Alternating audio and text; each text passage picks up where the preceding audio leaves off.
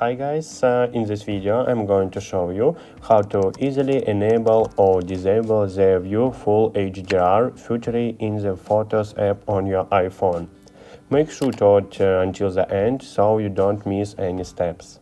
Let's get started. Open the Settings app on your iPhone, then scroll down until you find Apps on your iPhone, tap on it. Then you need to find Photos app, Photos, and tap on it. In the Photos settings, scroll down a bit and you'll see the option Label it View Full HDR. When the settings is enabled, your iPhone will automatically adjust the display to show the completely dynamic range of your photos. To disable it, simple toggle the switch off. And that's all there is to it. If you found this video helpful, don't forget to like and subscribe for more iPhone tips and tricks. Thank you for watching.